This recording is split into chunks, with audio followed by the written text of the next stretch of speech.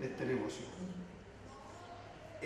Hoy día, comencemos, hoy día vamos a tener una excelente sesión, una excelente presentación por parte de Lisa Cork.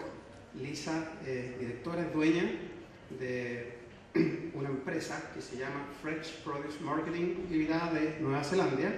Ella tiene más de 25 años de experiencia en packaging, en promoción, en publicidad, en marketing de productos agrícolas. Ha asesorado y asesora a muchas empresas en el mundo, ha ayudado a desarrollar nuevas marcas, ha ayudado a desarrollar estrategias para el punto de venta, POS, ha desarrollado también nuevas estrategias para ayudar en la distribución y venta de estos productos. Y ella, quien va a estar liderando este workshop, va a desarrollar también un interesante panel con otros invitados. Los invitados que tenemos hoy día, en primer lugar tenemos a Paul Neelan.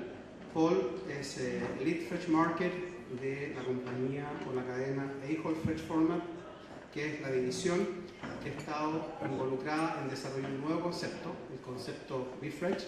Paul en este momento vive en Nueva York, Estados Unidos. Junto con él tenemos a Guy Hay. Excuse me, Guy, if I don't pronounce very well your last name, is okay? Is Hay? Is okay? Perfect. Él es el Strategic Sourcing Director también para Albert Heijn, que es una subsidiaria de A-Hole. Él está en los Países Bajos y tiene una tremenda experiencia en lo que es el segmento de supermercados y tiendas de retail relacionados con alimentos. También tenemos con nosotros a Francisco Homsi, él es brasileño, ¿sí? Y él es el director comercial de Guía de Oa, que tiene una operación de 41 tiendas de retail en Brasil, incluyendo Sao Paulo, Brasilia, Belo Horizonte. Él tiene una tremenda experiencia comercial en lo que es la venta y distribución de productos agrícolas. Les damos la bienvenida a nuestros expertos, estamos seguros de que va a ser una muy interesante conversación. En lo particular para los que estamos en Chile, una tremenda oportunidad de poder conocer la experiencia de otros países en lo que es la venta y distribución con estrategias de buen marketing de los productos agrícolas. Así que, Lisa, por favor, únete al panel y un aplauso, por favor, para que nos va a estar presentando. Muchas gracias.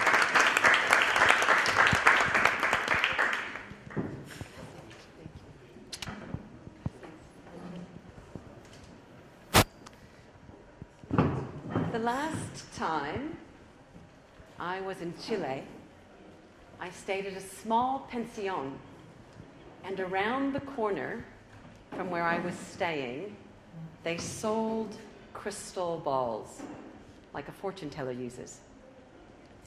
And I thought at the time, wouldn't it be fantastic to have a crystal ball to use when I work with companies on their strategy? Who doesn't want to see the future? But what I've realized over the years is actually I don't need a crystal ball to tell a company about their future. I simply need to look at their packaging. But when I talk about packaging, what do we actually mean? Because packaging is quite a broad word.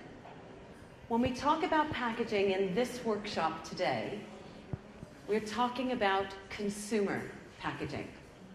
So that's everything from the Pink Lady sticker that you see on this 4-pack, to the Asda Netlon bag with a branded message from the UK, to the little PLU sticker on a South African Braeburn apple, to the Nature Ripe punnet.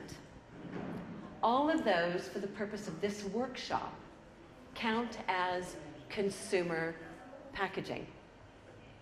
So as I spoke about, I don't necessarily need a crystal ball to see your future. I simply need to see some of your packaging. Your packaging tells me 5 things about your business. It tells me how innovative you are. Your packaging tells me your understanding of target markets. Your packaging tells me about your marketing savvy. Your packaging tells me about your innovation capacity. And your packaging tells me how confident you are in your own brand and your own company's uniqueness. I can tell those 5 things simply by looking at some of your packs. Now that's interesting, but why is that important? Well, it's important for one key reason. And the reason is that I believe your packaging strategy tells me about your business strategy. When I see companies who have effective packaging and they've optimized opportunities, they're also companies that have a strong sense of business strategy and maximizing opportunities within the business. Similarly, when I encounter companies that have poor packaging, where they're missing critical opportunities in their messaging, I can just about guarantee that they will be missing opportunities within their business. So your packaging is important because it tells us a lot about you. Now, when we start to think about packaging, how can I tell the difference? So what is it that enables me to see something on pack that tells me about your strategy? And it's all in where you put your focus. So these days in fresh produce, we have a range of options for where we focus our attention. And this slide sums it up just about perfectly. You have a choice of being product-focused, or you have a choice of being consumer-focused. But what do the two actually mean? Well, companies who are product-focused tend to put product-based decisions first. So if you talk about tons per hectare of production capacity, or if you talk about planting varieties because they yield well at the expense of taste, then that's a sign that you are likely more production-driven as opposed to consumer-driven. Interestingly, companies that are more consumer-driven put the needs of the shopper first. So it starts with an understanding. It starts with understanding the shopper, their world, and their particular interaction or experience with your product. And it was interesting to sit into the retail seminar this morning and see that this trend applies even to retailers. Retailers, like the new Be Fresh format that Paul will speak about, are signs that retailers are becoming truly consumer-focused and consumer-driven, which I think bodes for a really exciting time and a really exciting opportunity in fresh produce. So it all goes back to where you put your focus. I find more and more in my work with companies where we're creating the best opportunities for growth and innovation is when we move them from being purely production-focused to being more consumer-focused. And I understand it has to have a balance between the two, but at the moment in produce, we're heavily weighted towards being a production-focused business. And where the opportunity lies, I believe, is in becoming more consumer-focused. So I want to share with you a couple of case studies, because often it's a bit like the philosophy. That sounds interesting, Lisa, philosophically, but does that change of thinking actually work in fresh produce? Yes, it does. So I want to introduce you to one of my clients out of New Zealand. In New Zealand, we have a product called a kumara, which is very, very comparable to a sweet potato.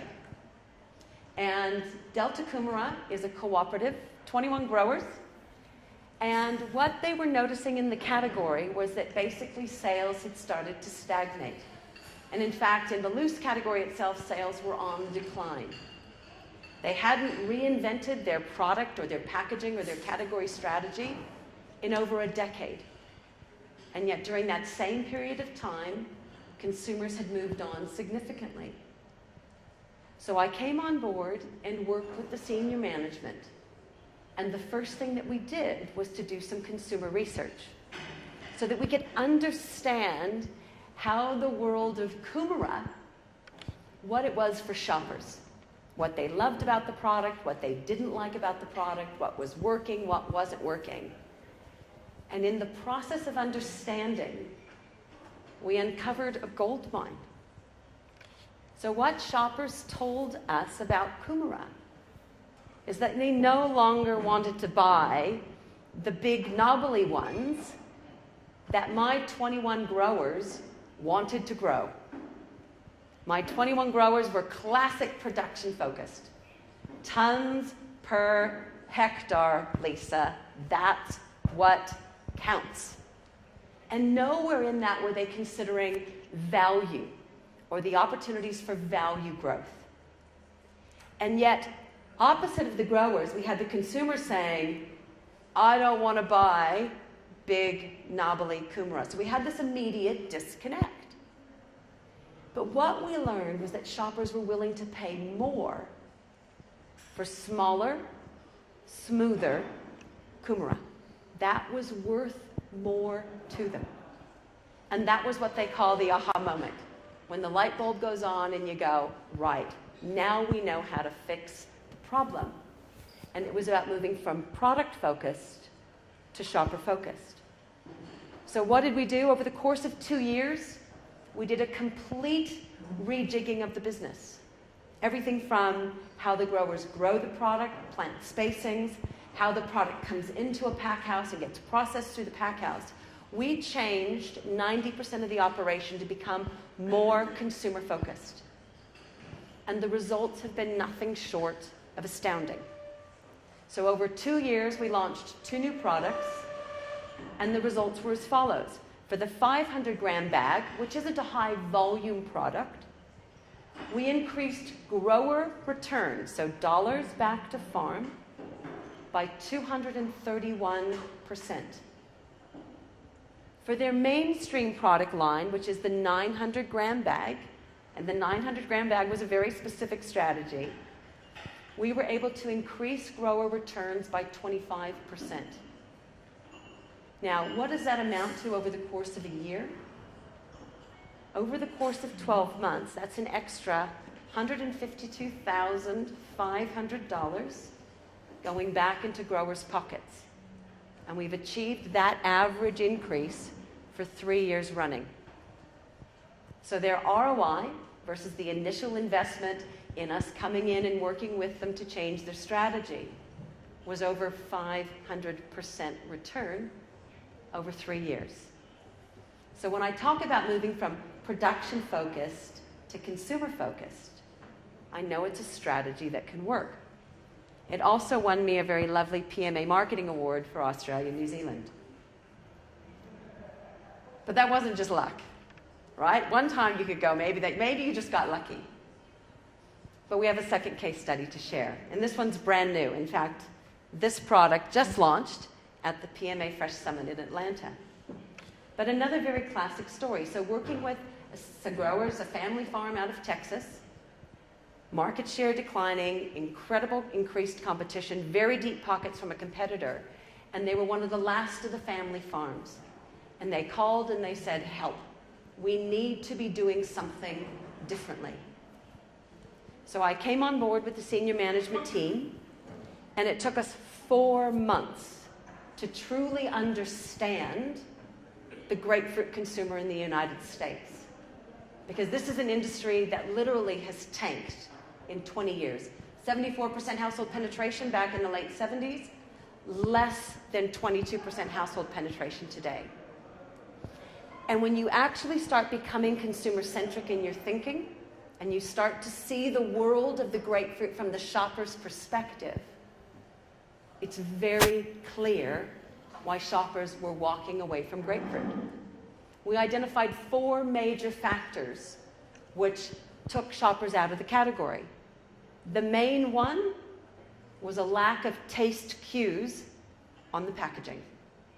So Texas grapefruit is sweet and delicious grapefruit, and yet nowhere on any of the consumer-facing aspects of that brand was the word sweet or delicious or taste used.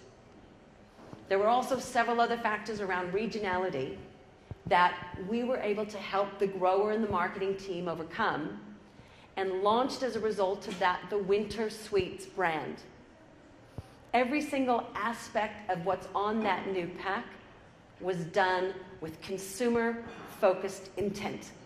Everything is there for a deliberate reason.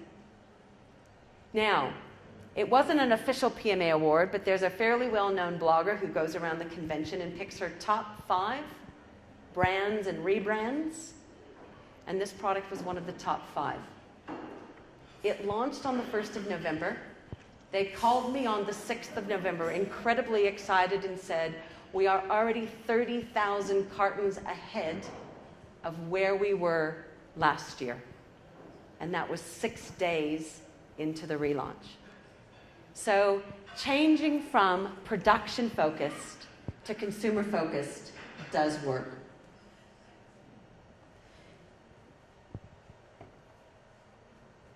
As I said at the beginning, your packaging strategy tells me about your business strategy. And as you can start to see, when you unpack packaging, you can see very clearly where companies are putting their emphasis. So if you buy into the fact that there's opportunity by becoming more consumer-focused, then right now is the ideal time to be thinking about change. Because right now we're in the middle of what I would like to call a fresh produce renaissance. And so I think if I've got my Spanish correctly, del renacimiento. See? See, okay. So when I talk about a fresh produce renaissance, I want to do a survey, if I can, and we'll use a show of hands. So how many of you have been in the industry for 5 years or more? Raise your hand, 5 years or more. Okay, how about keep your hand up, 10 years or more? 15 years or more? There's a few of us non-millennials in the audience. What about 20 years or more? Okay, so there's a few of us, right? If you've been in the industry 10 years or more, how many of you are feeling a sense of excitement, a sense of optimism about the attention that's being placed on fresh produce right now? Are you feeling optimistic? I mean, I've been in the industry 25 years, and I have to say, I have never felt this excited about our potential in the fresh produce industry. It's incredibly exciting. And there's a range of macro trends that are happening that are driving renewed interest in fresh produce, some of which our retailers spoke about this morning. I think that there's kind of 4 things that have captured my attention. Number 1 is we have this incredible demographic diversity. So we have aging baby boomers who are interested in their health. We have new age millennials who are interested in their health. And that's driving interest in healthy foods. So that's one trend working in our favor. Secondly, there is an incredible health consciousness coming on the tail end of the obesity epidemic. By health consciousness, I mean people are suddenly starting to understand that what they put into their mouths is what ends up on their bodies. And there is a real interest in eating healthy and real foods. Third, whoops. That's interesting. Number 3 disappeared. That's all right. That's all right. Don't worry about it. We can talk about number 3. No, it's obviously gone. It's taken the high road. That's all right. That's a shame. That was a really cool slide. Anyways, what's happening in terms of trend number 3 is food. Food is changing as a result of some of these other things that we've already spoken about. So suddenly, for the first time in probably 2 generations, we are seeing the demonizing of sugar, right? Sugar, it used to be fat was bad.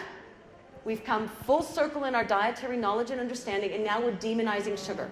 So the really cool slide that's just disappeared, what it was all about all of these products are now rapidly running to try to change their formulations so they can boast less sugar. In addition, we have something called clean. How many of you are participating in clean labeling? And I don't mean, does it have a smudge of dirt on it? Clean labeling is all about eating additive-free. It's part of the movement about understanding ingredients and don't eat things that have things in them that you cannot pronounce. There's a whole trend towards clean labeling. Brands like Nothing But, which was one of the photos, and it's packaged in white. All the subtle reinforcement about what's happening in terms of dietary trends. And that's fantastic for us. That's good for us because produce is as clean eating as you can get because we're the source. So I think that's incredibly exciting. And then fourthly, driving overall global demand, which is then impacting and trickling down into every country, is strong Asian demand. Now, I have the very fortunate opportunity to do a fair bit of work into Asia, particularly in China. And what we're seeing there, truly, I have no words often to describe the incredible demand influx that is existing at Real. So I thought I'd share with you a video from an in-store demonstration I did a couple of months ago, just to give you a sense of the urgency that's happening in the market. People were 9 deep to try to buy the product that we were sampling, which was fresh apples. So that's my demo stand way in the back with a little blue header.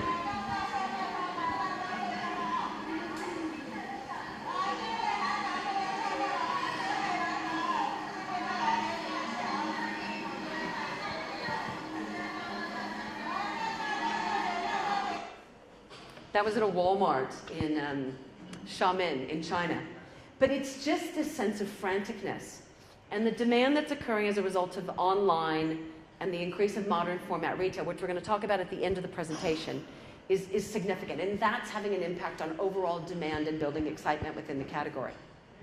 So if we're in agreement that there is a fresh produce renaissance, del renacimiento happening, then now is the time to be doing things differently.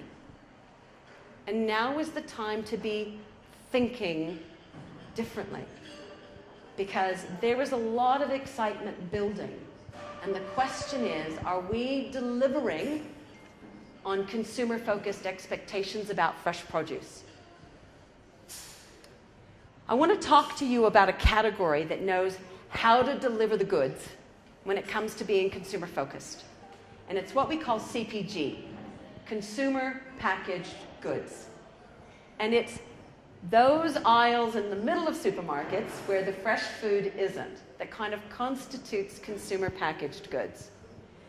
And the reason that I like CPG is because everything about what they do is consumer focused. So I think that there's 3 things that we can learn from consumer packaged goods. The first is CPG uses clever branding. And the brands, there's a changing trend in branding at the CPG level. And brands are now starting to speak directly to the heart of consumer benefits. So millennials have different engagement with brands because they didn't grow up in the era when brands were dominant and the likes of Kellogg's, et cetera, were kind of household names. They've grown up in a much more diverse retail environment. So brands have different meanings. So to attract their attention, brands are changing. And they're becoming much more direct and much more clever. So here's just 2 examples. What do you notice on the pack of chips on that side, which is vegetable chips? What word stands out? Skinny. So I can tell you from an aisle, from halfway across the aisle, you're looking down. What stands out to you in the chip aisle? the word skinny. Now, normally in a normal world, we don't associate chips with skinny, but it's a really effective use of the brand to kind of draw consumer attention. Similar scenario with muscle milk. So protein is on trend and hot at the moment. This is a package targeting males, but there's the line just below the word muscle milk that captured my attention. What does it say? Contains no milk. Right? This is a good example of a brand that talks exactly into consumer needs. Muscle milk, good for strength. Doesn't have a dairy, doesn't have milk in it, but good for strength. So just a good example of how brands are becoming bolder and more direct. Secondly, consumer packaged goods use trends incredibly well. So we spoke a couple of minutes ago about the interest in food and nutrition. Look at the brand there called Eating Right for High Protein. We know that protein is trending. This is one of several formats within the brand. So another one is Eating Right for gluten-free. Another offshoot, Eating Right for dairy-free. And they appear in the frozen food aisle and in the main grocery lines. So what they've recognized is that consumers are interested in food, they're interested in eating a certain way, but there's a lot of confusion and misinformation. This brand speaks right to the heart of what consumers want to buy if you have a specific nutritional interest. Oh, and there's my lovely nothing but package. It's popped up. So again, this example of clean, we spoke about clean labeling. Nothing but is a great example. So nothing but natural, it's egg-free, butter-free, etc. It's got a good ingredients you can pronounce. And that clean white package as a base subtly talks about the clean attitude towards the ingredients in the bag. So CPG does a fantastic job at looking at using trends. You want to know what's hot in food? Simply walk down the grocery aisles. The final thing that captured my attention about consumer packaged goods, and they do it so well, is they sell benefits and not products. And this is where I think we can get a huge amount of learning from this category. So when you actually read the nut combinations, they're not that dissimilar. But what have they been able to do? They've been able to take this combination of nuts, not just focus on the description of the nuts, but focus on the actual benefit that combination of nuts gives you. So not only has that enabled them to increase their shelf space, but it's enabled them to increase their sales because they're appealing to quite a broad audience of shoppers. So a woman might come along and decide, of course she's going to have the woman's nuts, but she might also be a gym person. So she might buy the recovery pack. 2 sales where in the past you might have just gotten 1 nut sold. And you're adding value by selling the benefits. Okay, so we have to have a really frank conversation for the moment. Because it's about this time in the presentation that one of 2 things happens. Number 1, there will be some of you that get it straight away. And you'll be thinking to yourself, got it, understand it, tell me how. But there's others in the audience who kind of get to this stage and get a little bit more skeptical. And it often looks a bit like this. So, Lisa, that doesn't work. That's packaged food. I'm in fresh. They're shelf stable. I'm perishable. 2 really different worlds, and I don't see how this is relevant to my fresh produce business. And to that I say, I'm going to try my Spanish again. In English we have a phrase, right? Talk to the hand. It's often what parents say to their children, right? La. Talk to the hand. I think it's hablarle a mi mano. See? Okay, good. That's number 2, Spanish hurdle achieved. So I say talk to the hand, right? Yes, consumer packaged goods are different. I understand. Yes, they're shelf stable. Yes, we're perishable. But the same shopper who buys this buys fresh produce. We've just created a different expectation around what they're buying. And that, to me, is where the opportunity lies. So everything about CPG is consumer-focused. So let me give you a produce example, because I think this is interesting. Okay, so, sorry, let me go back. Take 2 seconds, and I want you to just really look at the packaging. Look at the brand, so that Lucky is the manufacturer, Smart Snacks is the brand, Digestive Recovery, look at the packaging, look at the artwork, look at the graphics, look at the icons, right? Now, have a look at this. This is the classic difference between consumer-focused, where everything about what you're delivering is delivering value to the consumer. This is a classic example of being product-focused. The shelf space, the packaging space for key messaging is almost identical. But yet, nowhere on here do I see the face or the voice of the shopper's needs. And in fact, it goes so far as to not even describing what the difference is between the 3 variants. That's our opportunity. Okay, so what's the difference? Consumer packaged goods, 100% focused on the consumer, and in produce, that's our opportunity. We can learn from the fact that because they focused on the shopper, they have access to appealing to shoppers in a different way, and those options are actually available for us in fresh produce. But it requires some what-if thinking. It requires learning to think differently about how we approach the opportunity. So I can share with you, a few years ago in my business, I thought, what if? What if it was possible to bring consumer packaged goods thinking to the produce industry? What if it was possible to bring consumer packaged goods packaging philosophy to the produce industry? Could we find new growth opportunities in categories that are already relatively mature? And as I think you saw from the case studies earlier, I definitely believe bringing a consumer-focused thought process to how we look at and brand our produce pays dividends and offers us growth opportunities. So there's 3 pieces of advice to leave you with. Number 1 is, as an industry, we have to become consumer-focused.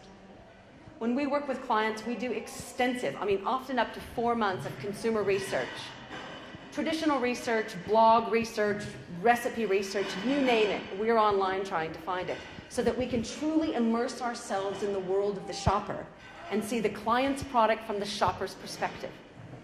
And then we give a 60-page report to the client to help them become immersed in the world of the consumer. We have to become consumer-focused. You can't go anywhere until you've changed your thinking. Secondly, we need to sell solutions, right? Really quickly, if you've ever heard me speak anywhere else in the world, you'll know I have a bit of a thing for sweet corn, right? Everywhere I go in the world, I take a photo of a sweet corn pack because I've yet to find anybody doing it well. Sweet corn is that thing on your left. Comes with husks, comes with silks. The thing on the right is not sweet corn.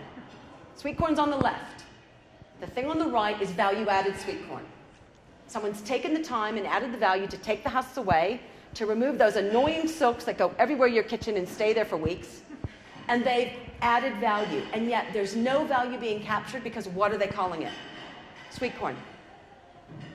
It should be called apartment sweet corn. It should be called no trash sweet corn. It should be called ready to cook and eat right now sweet corn. But it should not be called sweet corn because there's no value captured when they call it just by the product name.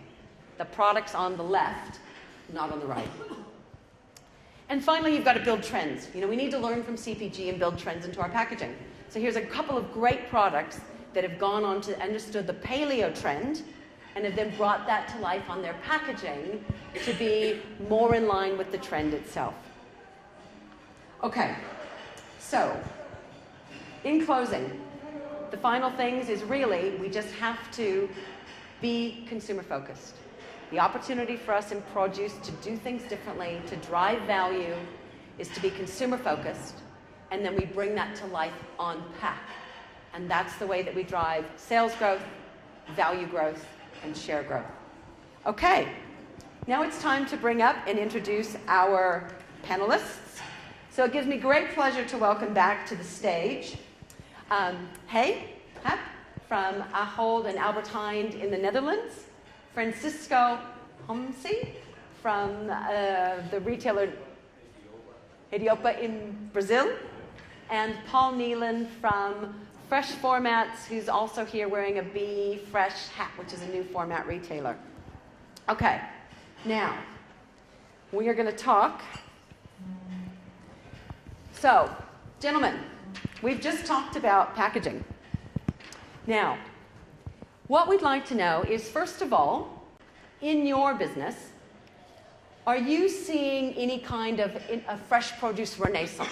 So are you seeing excitement and new opportunities in the fresh produce category that you may not have seen historically in your careers? If I may start? Yep. If I may start, yes.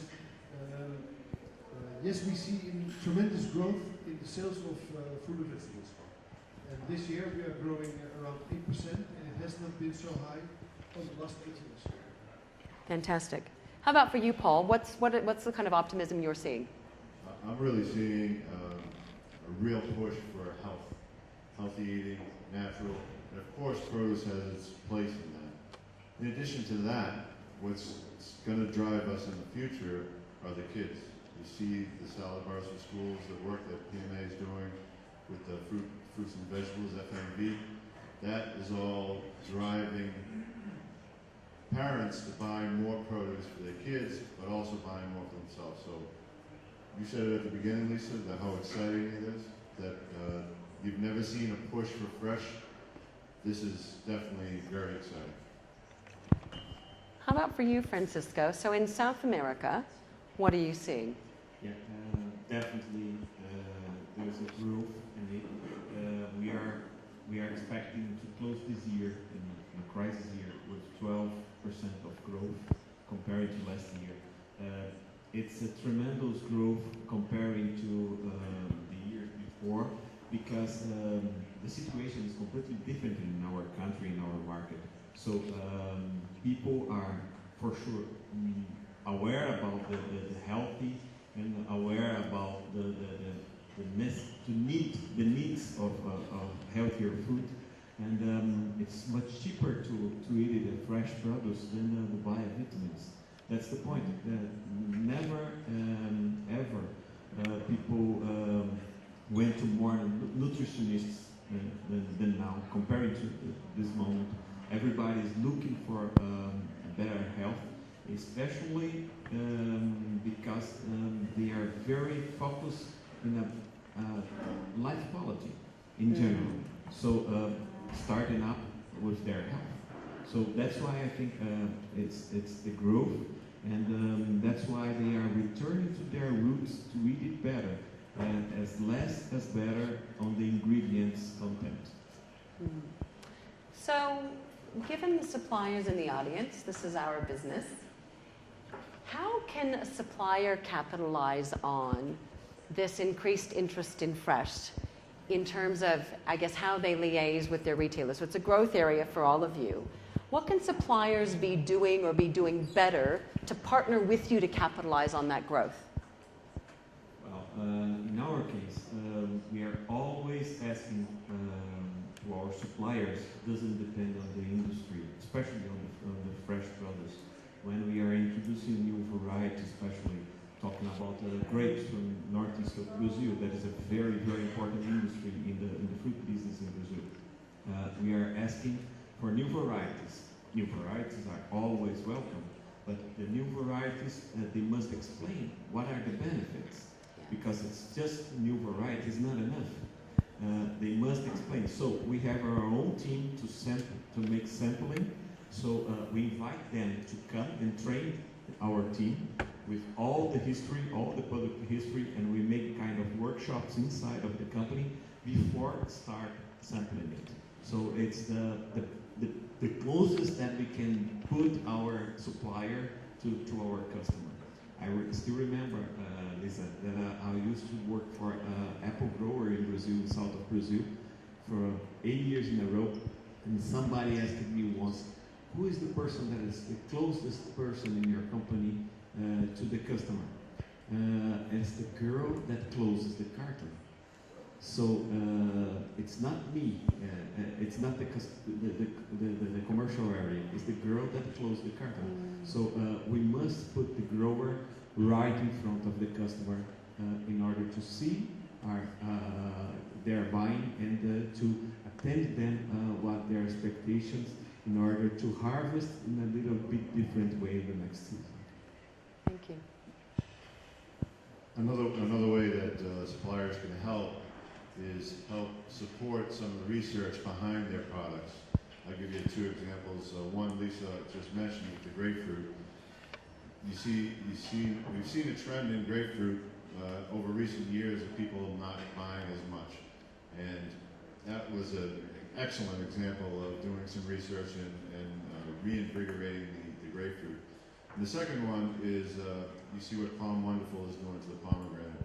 They've put a ton of research in behind it. They've brought the life benefits out front and really told everybody what it's all about. So that's one way that the suppliers can certainly help their products. And the second thing is align with people that are doing the same strategy. So if you're focused on pomegranates, you should focus in on companies that are really going to take that to the customer that you're looking to attract. How about for you, Hay? Yeah, in Holland, but more in Europe as well, brands do not play an important role. It's in Holland 95%. It's a private label brand. So basically, the producer talks to the customer through our brand. And of course, we have packagings where we explain the good elements of the products, but we also use in-store information, and we have a magazine which is free available every month, where we tell about the products, and mainly through recipes. And we inspire the customers to try the products. And what we saw recently is that in Holland there was a kind of forgotten vegetables, as we call it. And they had a very particular taste, a little bit too sour, or a little bit too sweet, or a little bit too awkward. And we see a renaissance of those forgotten vegetables. And it's very difficult to get those varieties because there was no demand anymore. And now we put those forgotten vegetables in the limelight, and we sell very much of it. And that's also something to surprise the customer, which is beyond their normal way of doing over the last couple of years. Okay, thank you. And that's another thing, Lisa, too, is that suppliers know their products better than anybody, right? So you own the products. You can help us tell your message to the consumers. You can help us by bringing that passion to us, so we can bring that passion to the stores and sell more. So from a well, not just from a packaging point of view, but I guess from a consumer communications point of view, you've spoken about a couple of options. So the magazine, for example. Perhaps for you two, where maybe branding is more of an option in storytelling, what are you seeing in terms of your markets about, the storytelling that suppliers are doing? Are you seeing more storytelling on packaging? Are you, again, just relying on the relationship and then you bring the story to life? How is that kind of being communicated in unique ways? Yeah, absolutely, Lisa. Even having a business model that puts first a naked product in the middle of the store. I was telling to her that we have more than 20% of our products selling packaged. So it's getting more and more important, and it's growing faster than the other sectors inside of inside of the fresh food area. So the point is, I showed some pictures of our private label meat, olive oil, or even fresh produce. It must tell the story of the product. It's our way to sell, it's our way to sample the product inside of the store.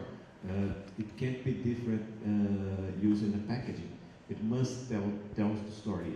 We used to say in our company that in every single workshop every product has a history, and we must tell it in order to sell it. Otherwise, we will be buying. We are not selling. Yeah. How about for you, Paul, with the new Be Fresh concept? What's happening in terms of packaging communication?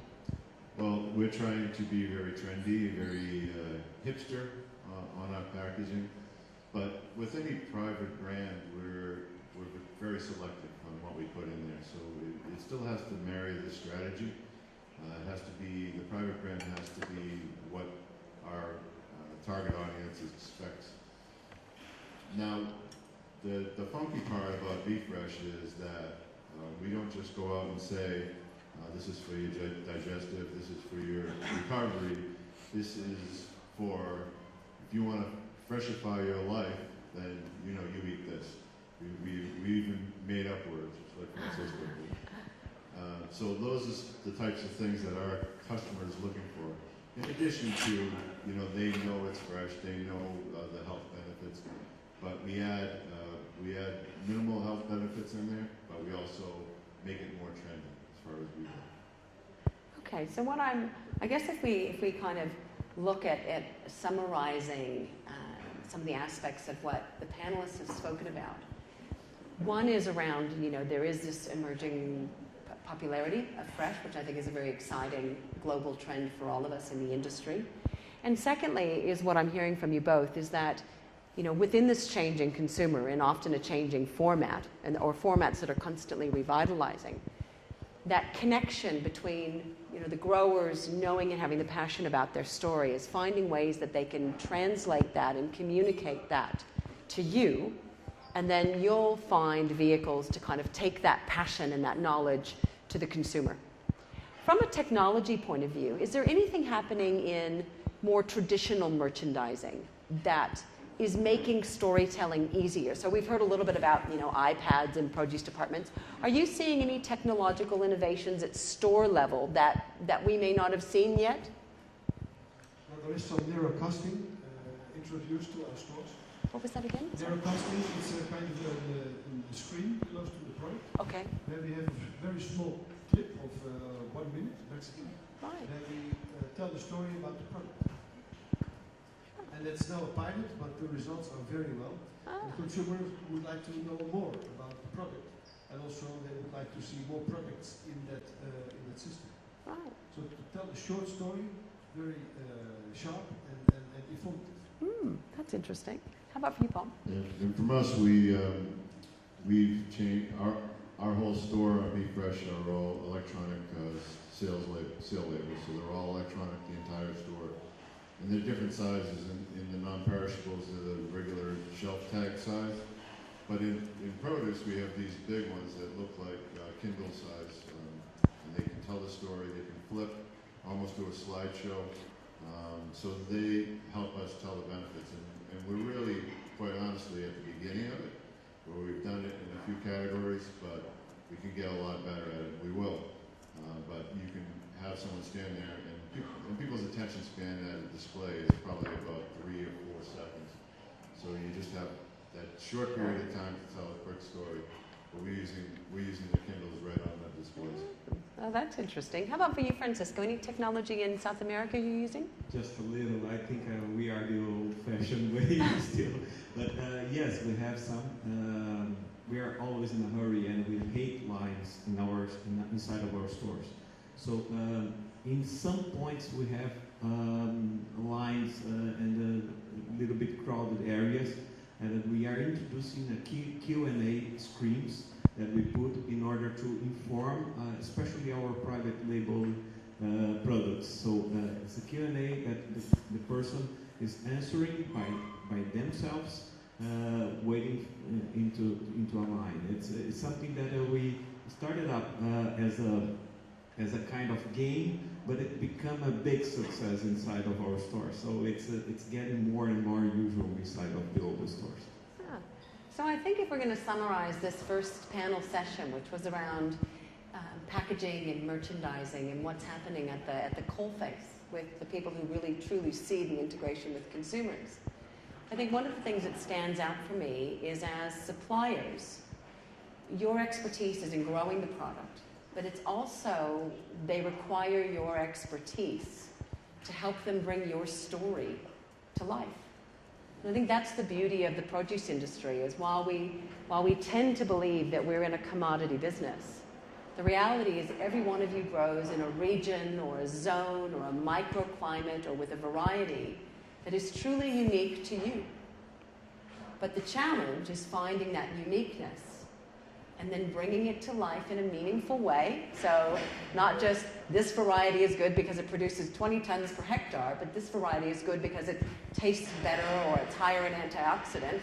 So a little bit about that switch from product focus to consumer focus.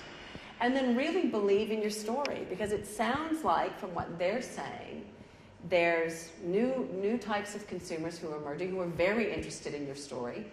They're happy to communicate it because it helps them build relationships with consumers, particularly in this more interactive format. And thirdly is that they're looking, we're all looking for a little bit of a point of difference. So find your story, maybe, is the summary, right? Find your story. Don't be afraid to bring it to life, because it sounds like we're increasingly having interest in your individual story. So that's probably, is that a fair summation, we think? Yeah? I would like to add, please do what you are good at, and we like very much the specialized companies. To focus on one or two products in the maximum, to be the best in that area. And second is, try to connect with at least as retailers as can be. If you grow for an anonymous market and you will sell it by the time that it is ready to whoever who wants to buy it, there is no story to tell. So from the moment that you plant and that you crop, you should know what is your destiny and who are you going to sell it to. Because then you come into a relationship, and in a relationship you can tell stories. Good point. Fantastic. Okay, so this section had two kind of facilitated questions using the same panel. And we just had a question a little bit about in-store technology. And of course, the world is being revolutionized as we speak by online technology. So we thought that we'd spend the next 15 minutes exploring with our panelists a little bit about their online world. So gentlemen, if I could start with a question. From a fruit and vegetable perspective, can you kind of talk us through your online presence in whatever that looks like for you as a format? So online for Helioba it means social network. We are not selling online. We had an experience in the past that it was disappointing, trying to sell fresh produce online. So we decided to step back and have a different approach. First, we are very present in social networks, informing and calling the people back to the store. And it's a fantastic way to interact with our customers, because we are receiving feedbacks all the time, 24 hours a day. So this is a huge operation, because we are answering everybody all the time. But in the other hand, we are focus our movements inside of the fresh produce department with the social network returns. Oh wow, why you are not promoting asparagus anymore? So let's go back and promote some asparagus. It's necessary. They are asking for. And second, we are developing a new project right now, but it's focused not in the general public. It's focused in two specific situations. First, the person that has no time to pass by the store this week or today, we can help them. And second, for the people that has special needs. So this new project online for just specific operations or specific selling to specific public, that we will focus on it, and then could be a seed for the near future, maybe return in a different way somewhere online.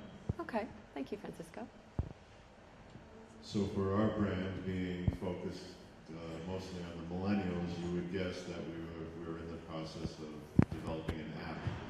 So the app will be an online function. We'll have an app. You can order anything in the store on the app. We're in the process now of developing a delivery system to get it to the consumers.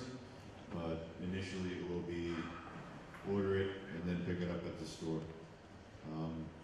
The big conundrum or the big challenge for us is that our in-store experience is so strong that it's a challenge for us all to say, let's go online, let's sell items online, because we're so proud of the stores, we're so fresh focused. When people come in, they get inspired.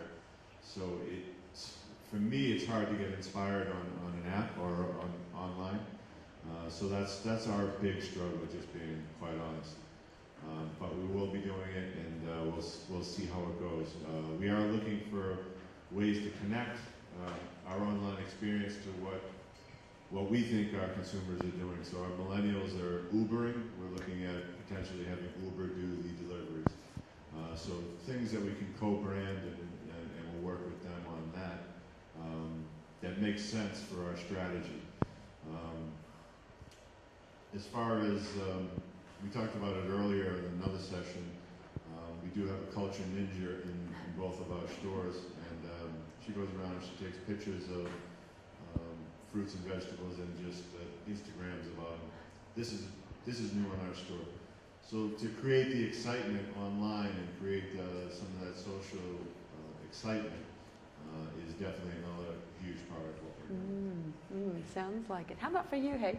And online sales, Albert Heijn has been in online sales for a long time. But the last 5 years, the growth has been tremendous. Okay. And also fruit and veg is growing in the same proportion as it grows in dry groceries or in other fresh. And we were surprised with that. Because as we are very close to our customers, small country, 950 stores, around every corner there is an Albert Heijn store. And we thought that fruit and veg wants to be seen by the customers, wants to be touched, wants to be smelled, and then then you buy it.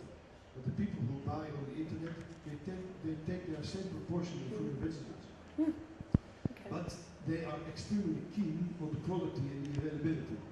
So absolutely, when there is an internet ordering, the quality must be okay, fantastic even, and it has to be there, because you are not in the store where you can take an alternative whatsoever. So it has to be absolutely flawless.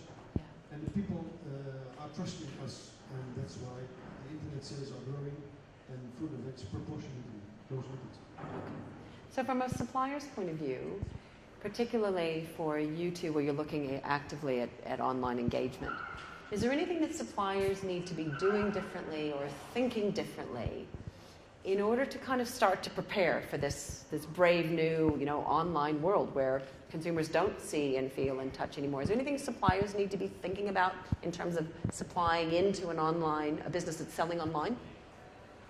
If as a supplier you want to go in the business, again, be specialized and only produce the best, because you really have to give the customer the trust, and it can never be disappointing. And secondly, innovative products can help a lot to keep the quality in a good shape. Okay.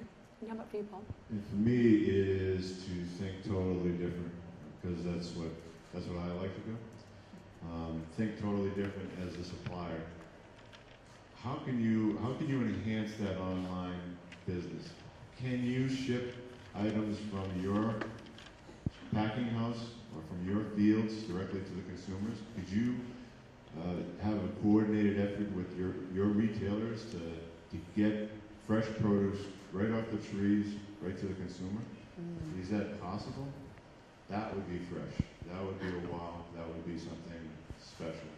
So I would start as a supplier thinking of ways to do that, and if you can, then I think there's a lot to be said there. Francisco, anything to add to that final thought? Well, we are not selling online, but we are selling through the telephone, through the calling and delivering the food. Especially, that's why we are building up a new program for special needy people. So I think the key is the quality, as they told us, and the packaging as well. Absolutely sure that the harvest point and the right packaging is the key to get into this market. And because honestly, from our stores, when the people comes personally and visit our stores and choose by themselves the product, like a pair, they are responsible of their choices. If it's wrong by themselves. If we are choosing for them, maybe we are much more difficult because we will be wrong. Sure. So we must take care of it. We have no chance to do it wrong. It's a huge, I think it's a much bigger responsibility. So we must take care of it on the right packaging, on the right quality. Right. Okay, so I think, again, if we kind of sum up the end of this session, and then we've got one more 10-minute presentation to go. You know, it's interesting, because what we're hearing is, from a supply point of view, you know, again, a bit of story, because that has online has a lot of space and opportunity to bring that to life. But I sense what the gentlemen are also asking for is really that ability to think just beyond being a producer. So not only thinking in terms of the consumer or the online consumer in terms of your story, but also what does that look like if you started to look at your product range or your growing operation through millennial eyes or through online shopper eyes? How might that change how you see your products?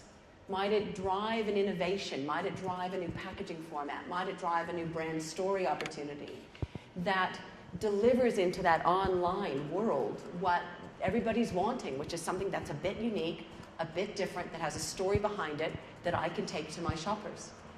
So I think that's a really interesting challenge. And I think the other thing that the gentlemen have expressed is at the moment we talk about, you know, online, and it gets bandied around in a range of ways. But online is still looking quite different across the continents. So online may not necessarily be direct selling from an online basis. It might be more the engagement of social media, which is what Francisco's talked about, and then looking into that online sales. For the Be Fresh format, very much driven by you know, new technology. Gosh, can you imagine what an app for ordering your groceries might look like, you know, but yet how to keep that engagement with the consumer, how to keep them still engaged with the store and the brand concept. And for you guys who've been selling online for a while, you know, relatively experienced in saying quality and consistency are paramount in the online world.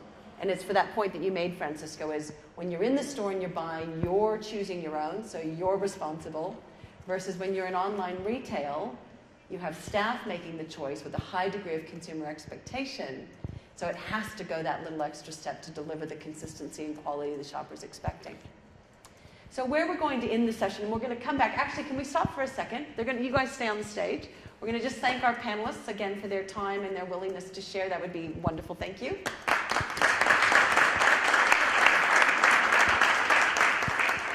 And where we're going to finish up is we've heard from 3 continents. So we've heard from the South American continent, the North American continent, and the European continent. And I thought it would be really appropriate to close with a perspective from a 4th continent, which is what's happening with online retailing in Asia. And I've had the fortunate opportunity over about the last 18 months to be engaged with New Zealand's largest exporter who's selling into China and many of the Asian markets. So from a branding and marketing point of view, I've had a chance to see a little bit of China. I don't think I will ever even come close to saying I'm anywhere near even an expert in that area because it's so massive. But I have had the chance to really have some really interesting marketing experiences in China. We've also just finished quite a significant market research study where I got to spend 3 hours of time in different Chinese homes, seeing how consumers wash their fruit, prepare their fruit, where they store their fruit, and then accompanying them on a range of shopping experiences, from going into stores and shopping with them to online and watching them engage. So we're just going to close by talking a little bit about China. And just some quick online facts, and the moment that these are even written down, they're already out of date, okay, because that's how fast China is changing. But just to give you a sense of scope and scale. So the China online market as of 2014 was worth 450 billion. There's 516 million Chinese with not only mobile access, but that are actively buying online. So the population for online sales is huge, quite a different context in China. Of course, it's being driven by the trends that we hear about frequently in the media. Rapid urbanization has brought people into the cities. There's tiers of labor that make home delivery and delivery mechanisms really cost effective. And also we have this increasing middle income, this household income that makes buying online more feasible. Now, when I wrote this a week ago or 10 days ago, today in China was a significant day. Anybody follow 11 Day or understand what Singles Day is in China? So Singles Day has become the equivalent of like Black Friday or Cyber Monday. So started, I think, a decade ago. It's around singles, and they used to be buying items online. But over the years, it's progressed to being this mass online 24-hour purchase experience. I just checked with Reuters prior to coming online. So the goal for this year, so this is a 24-hour period. The goal for single-day sales via Alibaba this year was 10 billion. Last year was 9.2. This year's projected growth was 10 billion. As of the close of business, as of 23 hours into the sale, Reuters reports that they smashed the estimate, and sales have already reached 13 billion, and that was still with an hour to go. And that's all shopping online. So the scope and scale and context of online shopping in China is radically different than any other country in the world. And in fresh produce, we're seeing some really interesting emergence of very successful online retailers. Fruitday.com, who many of you would be familiar with, Yigua, and Yummy77. So it's interesting to compare just from a merchandising perspective, kind of what are some of the advantages that true online retailing offers us in fresh produce. And one of the things that's just limitless is unlimited space to tell and also unlimited space to sell. So in the online environment, there is no constraint of an A4 or an 8.5 by 11 point of sale card to convey an avocado's ripeness, nutrition, utilization, recipes. In an online world, you have endless space to tell anything that you want. So I thought it might be interesting to just look at a case study. And you don't actually have to speak Mandarin to kind of navigate what the sites are about. They're really quite intuitive if you've done any online shopping. So avocados are a relatively new introduction into China, probably getting mainstream appreciation in the last 18 months to 2 years. So this is the offer from Fruitday. So you log into fruitday.com, and you can do that via iPad, phone, or your PC. And if you're an existing customer, it automatically loads up your preferences, knows what you bought before, knows a little bit about your purchase history, understands what you like, and kind of then gears its offer to that. So you go in and let's say you want to buy avocados, and it takes you straight into an offer like this, which has got the price, it's got the origin, and it's got just some of the basic characteristics of the fruit that you're buying.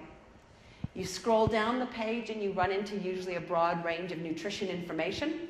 So here visually you can appreciate they're equating the protein content in an avocado to being equivalent of 3 eggs, and that compare and contrast is quite an important element of how they often speak about produce online in China.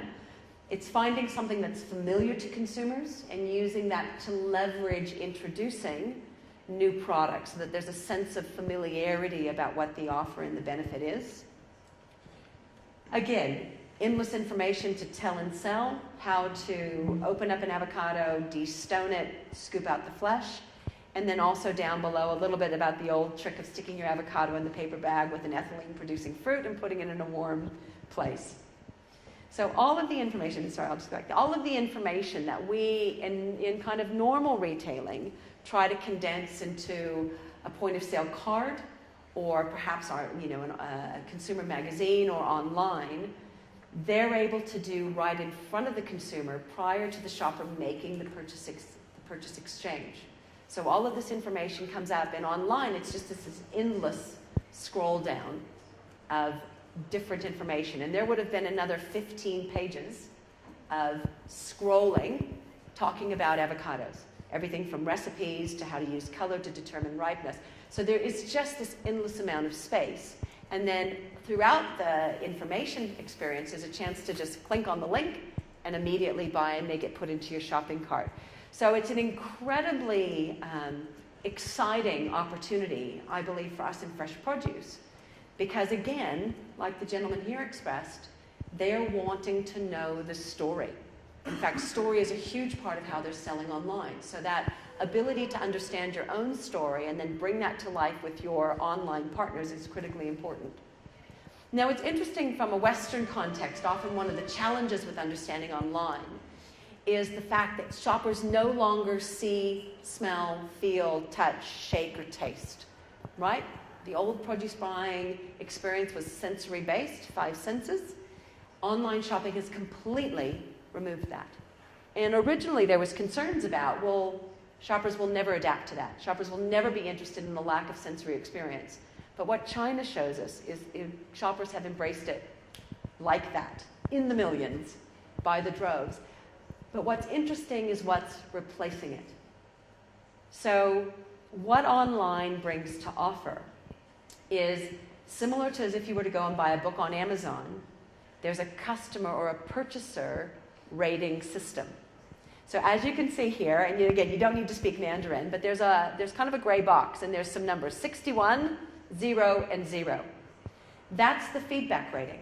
So 61, as you can see below, aligns with customers who have given those avocados 5 stars. There's been 0 consumers who have given it 3 stars, and 0 consumers who have given it 0 stars.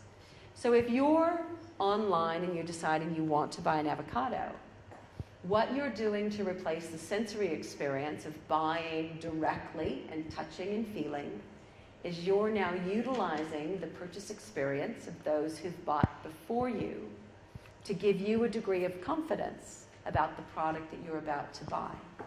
So it's entirely changing the paradigm of how consumers engage with fresh produce.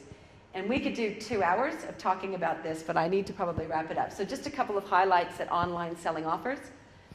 First of all, it offers information and education, right? In one easy-to-use scroll-down format that's already linked to your account, so shopping becomes almost transactionless.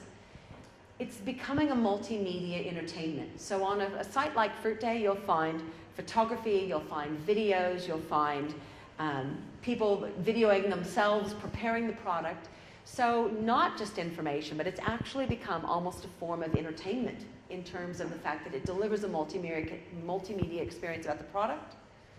It's a fantastic way to introduce new products because it's a very cost-effective way to get consumer attention, capture interest, and tell them what they need to know. It's probably one of the fastest and most direct supply chains in the world. So Chilean cherries, many of you would know this scenario. Chilean cherries have just launched online. In some situations, they do a pre-order process. So the consumers pre-order, they've already read the information, fresh Chilean cherries.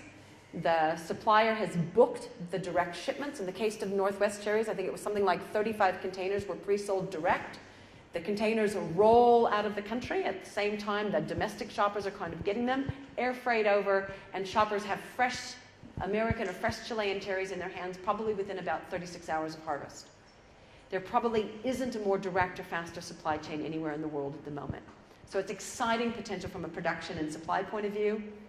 And of course, this directness in a country like China, where there's a real lack of transparency and a lack of trust, is building transparency and trust because the supply chain is so direct. We work with the growers, they pick it, they put it in a container, there's nobody else who's touched it, it arrives, we repack it, we ship it to you. So it's really building that important aspect of food safety and trust. And of course, there's ease and convenience. So in Shanghai and Beijing, it wasn't mandatory to have an elevator if your apartment complex was 6 floors or below. So if you live on the 6th floor, you no longer have to buy and take your purchases home.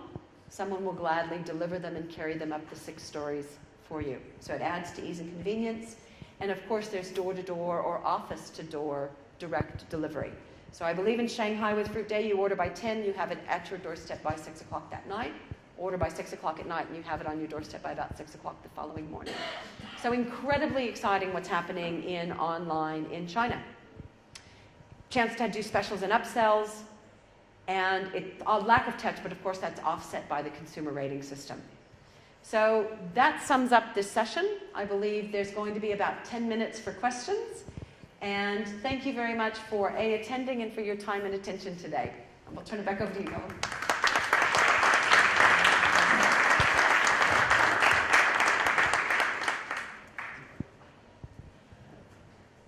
Les agradecemos a Lisa y a nuestros panelistas con el aplauso que le acaban de dar por la excelente presentación que hemos podido disfrutar. Tenemos tiempo, de hecho tenemos unos minutos para preguntas del público asistente.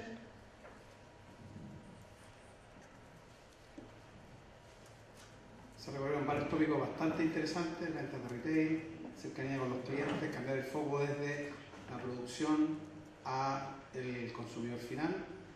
Tenemos también tremenda experiencia en relación a estrategias para la venta online conociendo China. Sin duda yo creo que pueden haber algunas preguntas que pueden haber surgido por parte de los asistentes. Nancy? Yeah, don't have the microphone here. It's for the group, and it's communicating to the consumers. When you are bringing in a new product, what is the most effective ways that you have seen in telling consumers what is this new product, what it does for you? How do you communicate with consumers about new products and get them excited about them? I think we can improve in introducing new products. I think it should be better coordinated between all means that we have in our stores, which means store merchandising, the buying and sourcing department, together with communication and together with the internet sales. And when you come to a joint effort, together with tasting in the stores, you have the biggest chance that it will be a success. It happens with us that we find a very nice new product and we introduce it and we expect that the product will sell by itself. We have to improve in that, and I think then when you come to joint forces with all the parts of our company, it has the best results. But that takes time, and then the lead time to the market will be longer, and most of the time we commercial people are very excited for a new product and we bring it into the stores. Maybe the packaging is not fantastic, maybe the labeling is not super, so we can improve in that.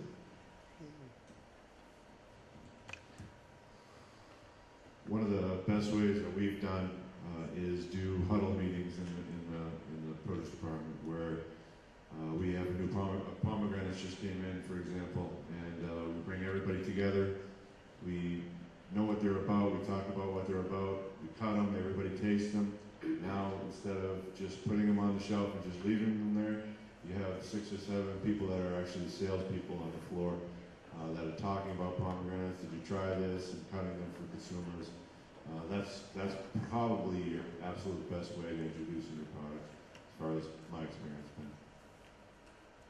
Well, we used to say over that we don't believe in a vegan butcher, so we must experience before sell it.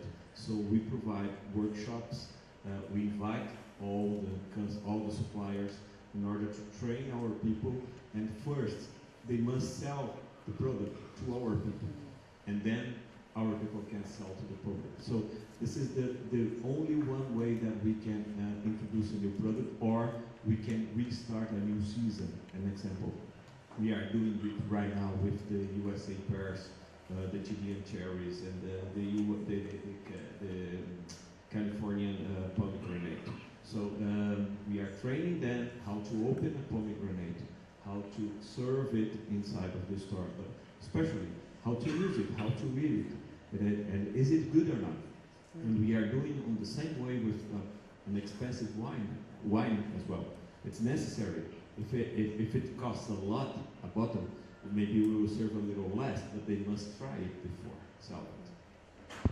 And I think from my perspective, even before your product gets to the retail stage, do your research first. So what's the consumer's perception of it likely to be? who's the competitor set that it's going to be replacing, because pretty much everything's going to be a trade-off. If they buy some of that, then they're going to be buying something less. So understand what its competitive set is. And I think the one thing that we've seen with the tropicals category over the years is we got so focused on naming the product when the names were quite intimidating, which is very much a product focus, versus a consumer taste experience focused. So rather than necessarily calling it big and bold on the pack by its name, i.e. a cherimoya, what is it about, creamy, new, fresh dessert fruit? And then the cherimoya can be second tier. And then as consumer, you build consumer relationship with the product, then the type of product can actually become bigger and bolder. So I challenge you in new products to think not just from a straight product perspective, but actually start by thinking from a consumer-based perspective, because that will influence your packaging, your branding, the story that you're telling to these gentlemen. Lisa, based on what you just said, I work for a packaging company.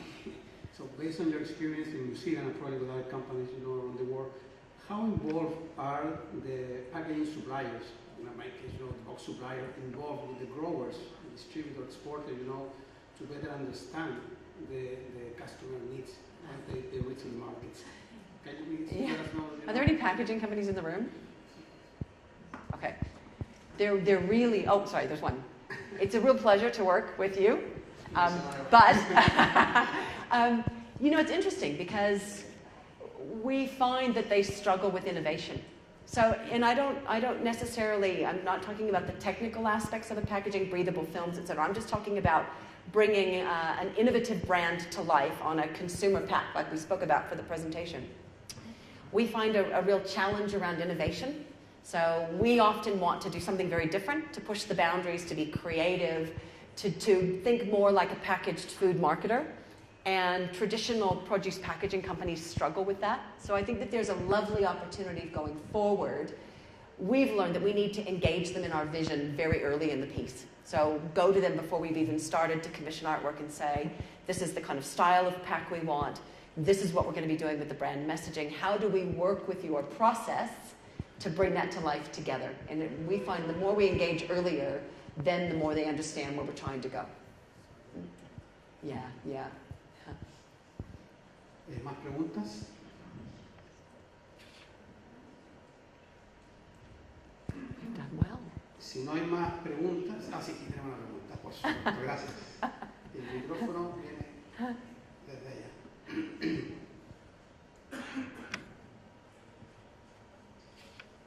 Okay, it's a general question for the panel regarding packaging itself. Three ideas that I would like to throw at you. First, looking at consumers today and how they behave, is there a trend for consumers really being affected in the purchasing decisions when they look at less packaging versus more packaging for the environmental effect of using more or less? For instance, we were talking earlier on about how you can develop business models that help send directly from the grower to the household. That would necessarily mean that you are using less packaging. Okay. Is that really something that consumers have in mind or not really? The second would be another concept, which is unit of sale versus bulk or pick and mix and pick it up yourself in a plastic bag or whatever. Is there really a trend? Do you see a trend in there, or consumers instinctively, they just go purchase whatever? And the third one would be regarding the type of material. If there is such thing as an environmental consciousness in the consumers, are they putting some emphasis on the type of material that the packaging is using? I.e., if there is a more natural material, I would be more inclined to accept this product or not. Or this is just something that in the industry we talk about it because it's nice. Or is it really something that clicks on consumers when they see these things? Thank you.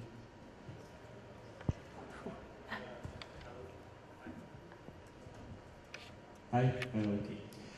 Well, answering your last question, the third question. In Brazil, not yet, not that much. It's just starting, but we are trying to anticipate it and shifting to different packaging. For the first two questions, it's difficult to generalize. We have so many different customers, so many different profiles, from the millennial generation to retired lady that used to visit us twice a day. Twice a day, that's true. The woman it's kind of entertainment because she can set a lot of sampling inside of the store. She knows the girls that are sampling by the name. So it's a kind of entertainment. So it's a different need. When we are talking about a retired lady or a retired man or a millennium guy. So it's honestly we decide to have both. We decide to attend both. So it's a difficult decision because our stores are not that big, but in general it's improving our sales. I think from the first question, I think most consumers are preferring in my stores less packaging. But I don't think that consumers know that they have a problem in their refrigerator. So if you go in your refrigerator and you look in your vegetable drawer and your refrigerator, your fruit drawer, everything's piled in on top of each other, right? So if you think of it backwards from a consumer, and think of the refrigerator, how can we figure out packaging that will help them organize their lives? Organize their lives, not their refrigerators, their lives.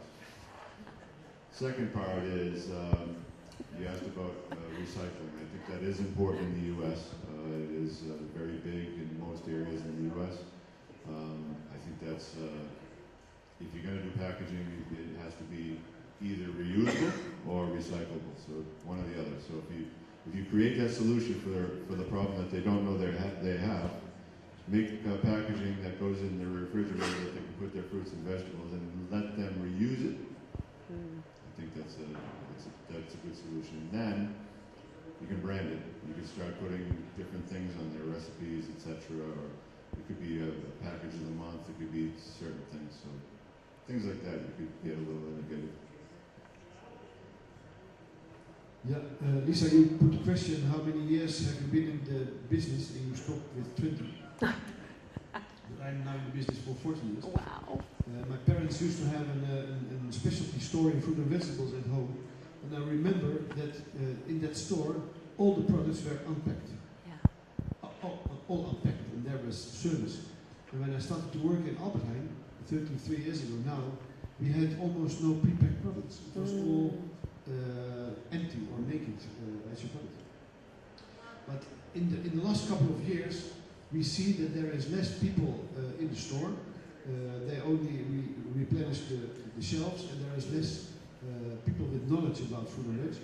And by that tendency going down, we saw a tendency by packaging more. And in the end, we asked ourselves, didn't we went too far? Didn't we pack it too much? And there are too many items which we started to pack only for the reason of quality. And that went down. And this spring, we had 15 items where we took off the coat. We were taking away the packaging. And it was quite a news in Holland, and we were worried for that we took away the packaging materials. Meanwhile, if the customer buys the beans, they have to pack it in a plastic bag anyhow, because you don't take the beans loose at home. So but that's something else. But there are some items which we will continue to sell without packaging, but there are items as well that we introduce packaging as well. So it's a balance. Do you have people in the store who can manage the quality?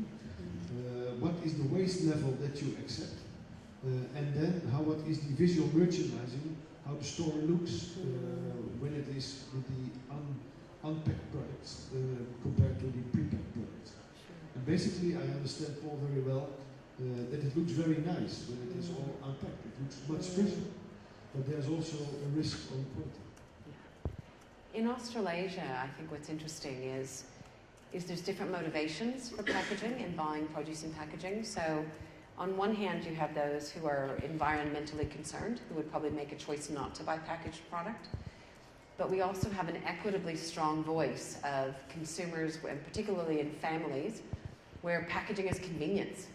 And it often offers, segmentation. So it's very difficult for checkout clerks to process, apples with PLU codes when they're different sizes. So a plastic bag with small lunchbox size apples makes sense. And for a mom, she just grabs and goes. And so there's a convenience element. But the other interesting thing that's emerging in Australasia is the sense of, if it's not packaged, who's touched it before me? And the whole health concern. So has someone sneezed on it? Has someone, scratched their head and then picked it up and then put it back? And that's driving a significant amount of interest in pre-packaging. So in New Zealand, we're about 60% pre-packed fruits and vegetables, which is fairly high. And part of that is that whole concern around safety of food, not from a pesticides point of view, but from a who's touched it before me. ¿Hay más preguntas? Antes de terminar, les quería recordar y pedir, si es posible, que puedan llenar la encuesta, la evaluación que recibieron hoy en la mañana en las bolsas cuando se registraron. Entre todos los que respondan a la encuesta, se va a sortear una inscripción para este mismo evento el próximo año, como también para el PMA que se realizará en Estados Unidos, así que los invitamos a responder la encuesta. Sin más preguntas, queríamos agradecerles a los panelistas con un aplauso por su participación. Y también a ustedes por haber asistido. Espero que tengan un excelente día y que disfruten el resto de la PMA Food Trade. Muchas gracias. Thank you. Lovely. Thank you for being a wonderful panelist. Thank you for being such a wonderful panelist. Well done. It's like a talk show host. I felt like Oprah. I wanted to get dirty, though. I wanted to get in and get dirty really quick.